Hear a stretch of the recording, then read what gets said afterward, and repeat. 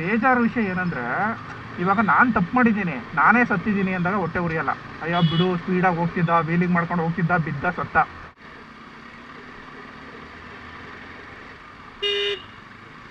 ಇದೇ ಕಾರಣಕ್ಕೇ ಹೇಳೋದು ನಾನು, ಯಾವತ್ತೂ ಬ್ಲೈಂಡ್ ಸ್ಪಾಟಲ್ಲಿ ಓವರ್ಟೇಕ್ ಮಾಡೋಕ್ಕೆ, ಟರ್ನಿಂಗ್ ಮಾಡೋಕ್ಕೆ ಹೋಗಲೇಬಾರ್ದು.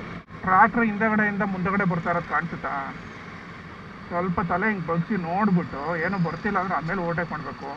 ಅವರು ಏನು ಕನ್ಫರ್ಮೇ ಮಾಡ್ಕೊಳ್ಳಿಲ್ಲ ಬರ್ತಿದ್ದಾವೋ ಇಲ್ವೋ ಅಂತ, ಸುಮ್ಮನೆ ಸಡನ್ನಾಗಿ ರೈಟ್ಗೆ ಹೋಗ್ಬಿಟ್ರು.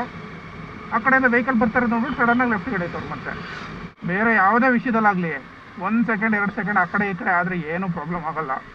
ಬಟ್ ಜೀವದ ವಿಷಯ ಅಂತ ಬಂದಾಗ 1 ಸೆಕೆಂಡ್ ಆ ಕಡೆ ಈ ಕಡೆ ಆದ್ರೂ ಪ್ರಾಣ ಪಕ್ಷಿನೇ ಹಾರೋಗ್ಬಿಟ್ಟಿರುತ್ತೆ. ಸೊ ರೈಡಿಂಗಲ್ಲಿದ್ದಾಗ, ಡ್ರೈವಿಂಗಲ್ಲಿದ್ದಾಗ ದಯವಿಟ್ಟು ಕೇರ್ಲೆಸ್ಸಾಗಿ ಗಾಡಿಗಳನ್ನ ಓಡಿಸ್ಬಿಡಿ. ಒಂದೊಂದು ಸೆಕೆಂಡು ಕೂಡ ಎಷ್ಟು ಇಂಪಾರ್ಟೆಂಟ್ ಅಂದರೆ, 1 ಸೆಕೆಂಡಿಂದ ಬಚಾವಾಗ್ಬಿಟ್ಟು ಜೀವ ಉಳಿಸ್ಕೊಂಡಿರೋರು ಇದ್ದಾರೆ, ಅದೇ 1 ಸೆಕೆಂಡಿಂದ ಯಾಮಾರಿ ಪ್ರಾಣ ಕಳ್ಕೊಂಡಿರೋರು ಇದ್ದಾರೆ. ಮೊನ್ನೆ ಒಂದು ಆಯ್ತಲ್ಲ ಆ ನೆಲಮಂಗಲ ಹತ್ರ ಆಕ್ಸಿಡೆಂಟು, ನೀವೇ ಯೋಚನೆ ಮಾಡಿ, ಅಕಸ್ಮಾತ್ ಅವ್ರೇನಾದರೂ 2 ಸೆಕೆಂಡು ಕಾರಲ್ಲಿ ಫಾಸ್ಟಾಗಿ ಹೋಗ್ಬಿಟ್ಟಿದ್ರೆ ಅಥವಾ 2 ಸೆಕೆಂಡು ಸ್ಲೋ ಆಗಿ ಹೋಗಿದ್ದಿದ್ರೆ 6 ಜನದ ಪ್ರಾಣನೂ ಉಳಿತಿತ್ತಾ? ಅಂದರೆ ಒಂದೊಂದು ಸೆಕೆಂಡು ಕೂಡ ಎಷ್ಟು ಇಂಪಾರ್ಟೆಂಟ್ ಅನ್ನೋದು ಆಕ್ಸಿಡೆಂಟ್ ಆಗಿದ್ದಾಗಲೇ ಗೊತ್ತಾಗೋದು, ಆ ಟೈಮಿಂಗಿಗೆ ಎಷ್ಟು ಬೆಲೆ ಇದೆ ಅಂತ. ಅಂದರೆ ಈ ಸಾವು ಅನ್ನೋದು ಎಷ್ಟು ನೀಟಾಗಿ ಎಲ್ಲಾದ್ರ ಮೇಲೂ ಡಿಪೆಂಡ್ ಆಗಿರುತ್ತೆ ಅಂತ ಯೋಚನೆ ಮಾಡಿ. ಅಕಸ್ಮಾತ್ ಅವರು ಓಲ್ವೋ ಕಾರ್ ತಗೊಳ್ದೇನೆ ಬೇರೆ ಯಾವುದಾದ್ರೂ ಕಾರ್ ತೊಗೊಂಡಿದ್ದಿದ್ರೆ ಆ ಸ್ಪೀಡ್ ಇರ್ತಿತ್ತಲ್ಲ ಕಾರ್ದು, ಆ ಸ್ಪೀಡಲ್ಲಿ ವೇರಿ ಆಗಿರ್ತಿತ್ತಾ? 100% ಅವರು ಹಿಂದೆನೋ ಮುಂದೆನೋ ಹೋಗ್ಬಿಟ್ಟಿರೋರು, ಆ ಟ್ರಕ್ ಬೀಳೋ ಜಾಗದಿಂದ ತಪ್ಪಿಸ್ಕೊಂಡಿರೋರ, ಅಥವಾ ಬ್ರೇಕ್ಗೆಲ್ಲ ಒಂದು ಕಡೆ ನಿಲ್ಲಿಸ್ಬಿಟ್ಟು ಆಮೇಲೆ ಟ್ರಾವೆಲ್ನ ಕಂಟಿನ್ಯೂ ಮಾಡಿದ್ರೂ ಬಚಾವಾಗ್ಬಿಟ್ಟಿರೋರು. ಅಂದರೆ ಸಾವನ್ನೋದು ಬಂದಾಗ ಏನಾಗುತ್ತೆ ಅಂತ ಊಹೆ ಮಾಡೋದಕ್ಕೆ ಆಗಲ್ಲ ಯಾರಿಂದನೂ. ನೀವು ಎಷ್ಟೇ ಥರ ತಪ್ಪಿಸ್ಕೊಂಡು ಏನೇ ಮಾಡಿದ್ರು ಸಾವನ್ನೋದು ಬಂದಾಗ ಸಾವು ಆಗೇ ಆಗುತ್ತೆ. ಆ್ಯಕ್ಚುಲಿ ಅಲ್ಲಿ ಆಗಿರೋ ಆಕ್ಸಿಡೆಂಟ್ಗೆ ತುಂಬ ರೀಸನ್ಗಳಿದ್ದಾವೆ. ಒಂದು, ಟ್ರಕ್ ಮುಂದೆ ಇರುವಂಥ ಕಾರ್ ಅವರು ಸಡನ್ನಾಗಿ ಬ್ರೇಕ್ ಹಾಕಿ ಲೆಫ್ಟ್ಗೆ ಎಳ್ಕೊಳಕ್ಕೆ ಹೋಗಿರೋದು. 2ನೇದು, ಅವ್ರನ್ನ ತಪ್ಪಿಸೋದಕ್ಕೆ ಹೋಗಿ ಟ್ರಕ್ಕನ್ನು ರೈಟ್ಗೆ ಎಳೆದಿರೋದು. ಬ್ರೇಕ್ ಹಾಕಿದ್ರೂ ಕಂಟ್ರೋಲ್ ಆಗಲಿಲ್ವ ಗಾಡಿ, ಪರವಾಗಿಲ್ಲ, ಕಾರ್ಗೆ ಹೋಗಿ ಟಚ್ ಆಗಿದ್ದಿದ್ರು ಆ ಮಟ್ಟ ದೊಡ್ಡ ಆಕ್ಸಿಡೆಂಟ್ ಏನು ಆಗ್ತಿರ್ಲಿಲ್ಲ. ಹಿಂದೆಯಿಂದ ಹೋಗಿ ಬಿದ್ರೂ ಏನಾಗ್ಬಿಡೋದು ಮ್ಯಾಕ್ಸಿಮಮ್ ಅಂದರೆ ಹಿಂದೆಗಡೆ ಕಾರ್ ಡ್ಯಾಮೇಜ್ ಆಗಿರೋದು.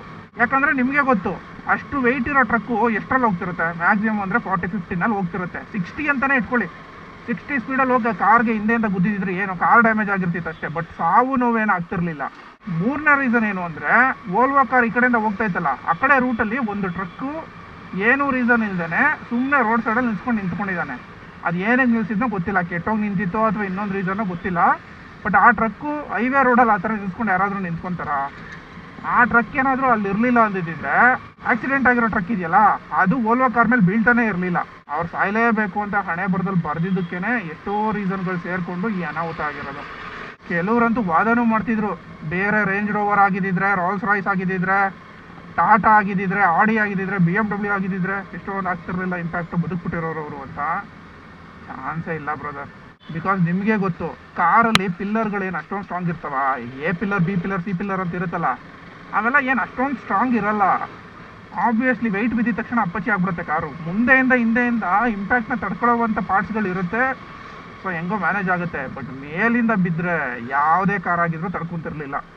ನಾವಿವಾಗ 1000 ರೀಸನ್ಗಳು ಹುಡುಕ್ಬೋದು, ಬೇರೆ ಕಾರ್ ಆಗಿದ್ದಿದ್ರೆ, ಅಥವಾ ಮನೆಯಿಂದ ಅವ್ರು ಲೇಟಾಗಿ ಹೊರಟಿದ್ದಿದ್ರೆ, ಅಥವಾ ಟ್ರಕ್ಕಲ್ಲಿ ಬರದೇ ಇದ್ದಿದ್ರೆ, ಆ ಕಾರ್ ಅವ್ರು ಬ್ರೇಕ್ ಆಗದೇ ಇದ್ದಿದ್ರೆ, ಈ ಥರ 1000 ಥರ ಮಾತಾಡ್ಬೋದು.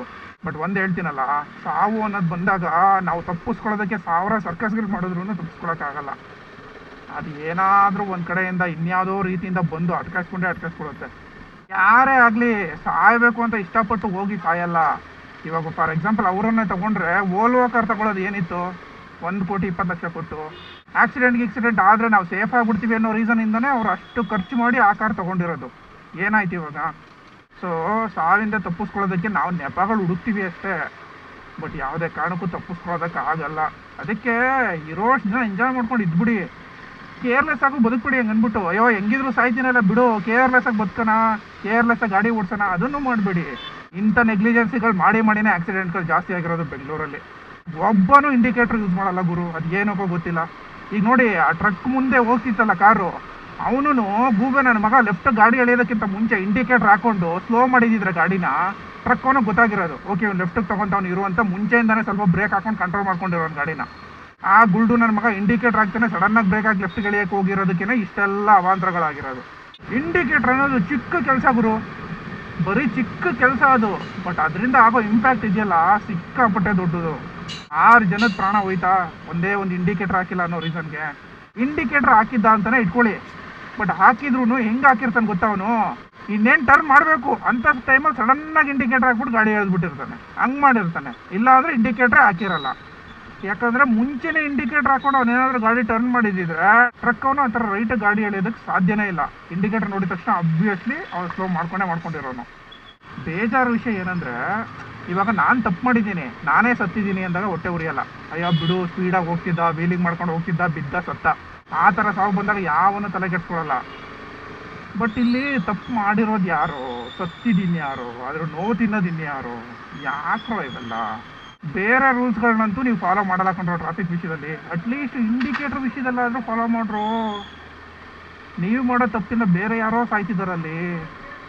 ದಯವಿಟ್ಟು ತಿದ್ಕೊಳ್ಳಿ. ಟರ್ನ್ ಮಾಡೋದಕ್ಕಿಂತ ಮುಂಚೆ ಇಂಡಿಕೇಟರ್ ಹಾಕಿ. ಕೈ ಸವದೋಗ್ಬಿಡಲ್ಲ ನಿಮ್ಮದು ಇಂಡಿಕೇಟರ್ ಹಾಕ್ಬಿಟ್ರೆ. ಬೇರೆಯವ್ರ ಜೀವ ಜೊತೆ ಆಟ ಆಡ್ಬೇಡ್ರು, ನಿಮ್ಮ ಜೀವ ಜೊತೆ ಆಟ ಆಡ್ಕೊಳ್ರು. ನಾನು ಹೇಳಿದ್ದೀನ ಯಾವತ್ತಾದರೂ ವೀಡಿಯೋದಲ್ಲಿ, ವೀಲಿಂಗ್ ಮಾಡಿಬಿಡಿ ರೋಡಲ್ಲಿ, ಫಾಸ್ಟಾಗಿ ಹೋಗ್ಬಿಡಿ ರೋಡಲ್ಲಿ, ಯಾವತ್ತಾದರೂ ಹೇಳಿದ್ದೀನ ಈ ಥರ?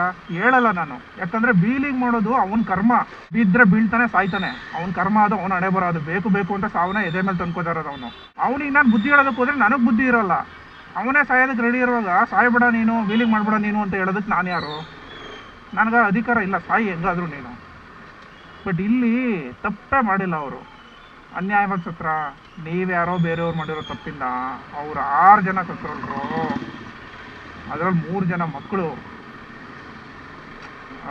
ದೇವ್ರೆ.